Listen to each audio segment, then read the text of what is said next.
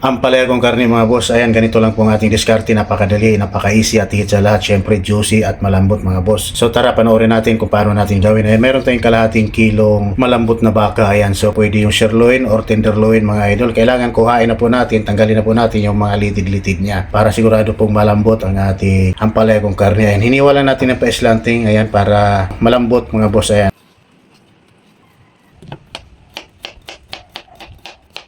Siyempre, una-una, ayan, marinate natin sa oyster sauce, ayan.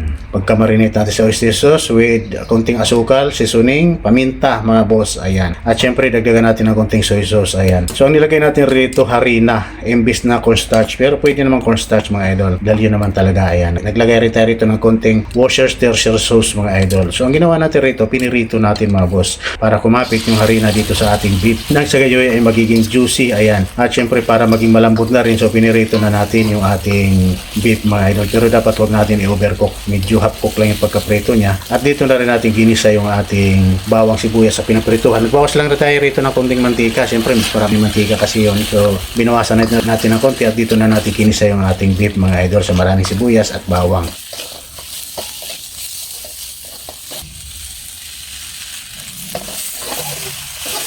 Konting tubig lang, ayan. So, napakasimple lang nito, ayan, Worcestershire sauce. Meron tayong konting rice wine, so optional lang naman yan. Paminta, seasoning, konting soy sauce, konting sugar din, lagay tayo, konting oyster sauce, mga idol. So, ganyan lang kadali kasimple at sureball po, yan po ay malambot, juicy yung ating ampalaya kong karne. So, ang ginawa natin rito, yung ating ampalaya ay na-blanch na po natin, mga idol. Blanch lang natin para isang lagayan lang, isang kulo lang, luto na agad ang ating napakadali, napakasimple, mabilisang ampalaya kong karne, pero masarap yan, mga boss, ayan. Sa mga tatayo ng mga karinderya dyan, ayan, pwede po yan ating gawing recipe. Pwede po yung pork, pwedeng beef.